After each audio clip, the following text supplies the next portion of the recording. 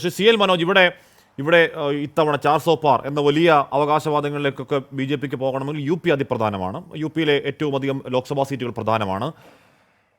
2014 നിന്ന് 2019 എത്തിയപ്പോൾ തന്നെ അതിദേശീയതയുടെ അന്തരീക്ഷത്തിന് BJPക്ക് അവിടെ 89 സീറ്റുകൾ കുറവാണ്. ഈ പോയ നിയമസഭാ തെരഞ്ഞെടുപ്പിൽ 2017 312 സീറ്റുകളാണെങ്കിൽ അധികാരത്തിൽ വന്നതെങ്കിൽ 2022 ആകുമ്പോഴേക്കും 252 സീറ്റുകളെ കുറയുന്നു. 56-57 സീറ്റുകളുടെ നഷ്ടമാണ്.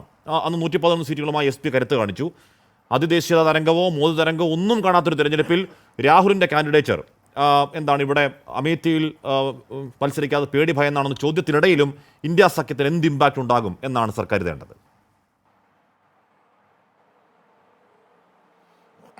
അല്ല, സ്വാഭാവികമായിട്ടും രാഹുൽ ഗാന്ധി എവിടെ നിന്ന് മത്സരിക്കണം എന്ന് ഒരു ടെക്നിക്കലായിട്ട് കോൺഗ്രസ് നേതൃത്വത്തിന് തീരുമാനിക്കാവുന്നതാണ്. പക്ഷേ കോൺഗ്രസിൻ്റെ നേതൃത്വത്തിനെ റിപ്രസെൻ്റ് ചെയ്യുന്ന UP കോൺഗ്രസ് കമ്മിറ്റിയും സെൻട്രൽ ഇലക്ഷൻ കമ്മിറ്റിയും കൊണ്ടുവന്ന റെക്കമെൻഡേഷനിൽ രാഹുൽ ഗാന്ധി അമേഠിയിൽ നിന്നും പ്രിയങ്ക ഗാന്ധി വദ്ര റായ്ബറേലിയിൽ നിന്നും മത്സരിക്കണമെന്നാണ്. പാർട്ടിയുടെ ഒരു അഭിലാഷം തന്നെയായിരുന്നു അത്. നമുക്ക് മനസ്സിലാവുന്നത് ഇന്ന് തന്നെ രാഹുൽ ഗാന്ധിയുടെ സ്റ്റേറ്റ്മെൻറ്റിൽ അദ്ദേഹത്തിൻ്റെ അമ്മ പറഞ്ഞതനുസരിച്ചു എന്നാണ് പറഞ്ഞത്.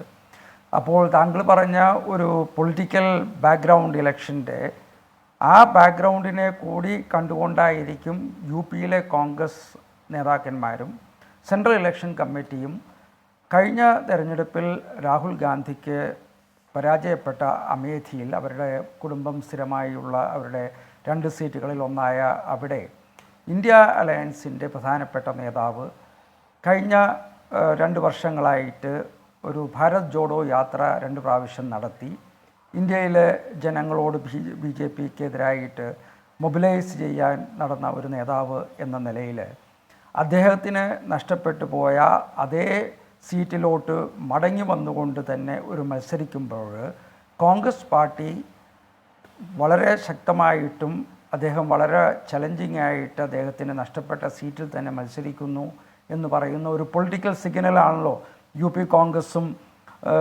കോൺഗ്രസ് സെൻട്രൽ ഇലക്ഷൻ കമ്മിറ്റിയും ആഗ്രഹിക്കുന്നത്. അവരാരും രാഹുൽ ഗാന്ധിയുടെ ഒരു വെൽവിഷേഴ്സാണല്ലോ, അവരുടെ സ്വന്തം പാർട്ടിയുടെ നേതാവാണല്ലോ.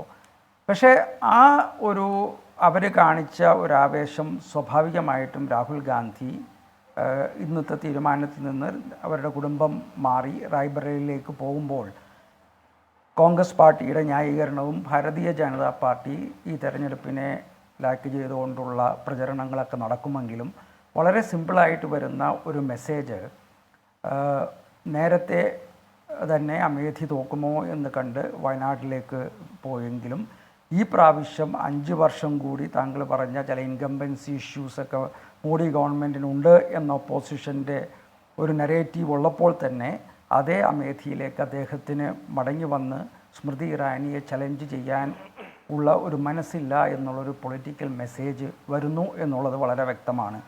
അതിനെ കോൺഗ്രസ് പാർട്ടിക്ക് ചെറുക്കേണ്ട ഉത്തരവാദിത്തമുണ്ട്.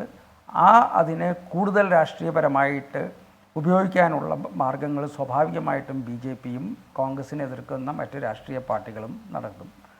ഈ സാഹചര്യത്തിൽ അതോടൊപ്പം തന്നെ പ്രിയങ്ക ഗാന്ധി വദ്രയും ഈ തിരഞ്ഞെടുപ്പിൽ മത്സരിക്കണമെന്നാണ് കോൺഗ്രസിൻ്റെ സെൻട്രൽ ഇലക്ഷൻ കമ്മിറ്റിയൊക്കെ പറയുന്നതിൽ അനുസരിച്ചാണല്ലോ സാധാരണ കാര്യങ്ങൾ നടക്കാറ്. കേരളത്തിൽ തന്നെ ചില സിറ്റിംഗ് MPമാരും MLAമാരൊക്കെ സീറ്റ് മാറി വളരെ ചലഞ്ചിങ് ആയിട്ടുള്ള അസൈൻമെൻ്റ് എടുത്തത് നാട്ടുകാർ പറഞ്ഞതുകൊണ്ടോ എതിരാളികൾ പറഞ്ഞതുകൊണ്ടല്ല, കോൺഗ്രസ് പാർട്ടിയുടെ കമ്മിറ്റികളുടെ ഒരു പാർട്ടിയുടെ താല്പര്യം മുൻകരുതി ഉള്ള ഒരു ഡയറക്ഷനാണ്. അപ്പോൾ അങ്ങനെയുള്ള ഒരു കൺവെൻഷൻ സാധാരണഗതിയിലുണ്ട്. ഈ പ്രാവശ്യം രാഹുൽ ഗാന്ധി അമേഠിയിൽ മത്സരിക്കാതെ റായ്ബറേലിയിലേക്ക് പോകുന്നത് എന്തുകൊണ്ടും അദ്ദേഹത്തിൻ്റെയും അദ്ദേഹത്തിൻ്റെ പൊളിറ്റിക്കൽ പാർട്ടിയുടെയും ഈ ഒരു നിർണായക തെരഞ്ഞെടുപ്പിലുള്ള ഒരു ഇന്ത്യ അലയൻസിൻ്റെയും ഉള്ള ഒരു സ്റ്റാൻഡിങ്ങിന് അല്ലെങ്കിൽ ഒരു നരേറ്റീവിന് ഗുണകരമായിട്ടുള്ള ഒരു മെസ്സേജല്ല. പക്ഷേ രാഷ്ട്രീയ പാർട്ടികളുടെ ആളുകൾ അവർക്ക് ഡിഫെൻഡ് ചെയ്യേണ്ട ഒരു ഉത്തരവാദിത്തം ഉള്ളതുകൊണ്ട് അത് ചെയ്യും. പക്ഷേ ജനങ്ങളുടെ ഇടയിലേക്ക് ഇത് വളരെ ശോഭനമായിട്ടുള്ളൊരു മെസ്സേജല്ല എന്നാണ് പൊതുവെ മനസ്സിലാക്കുന്നത്. യെസ്, ഞങ്ങൾ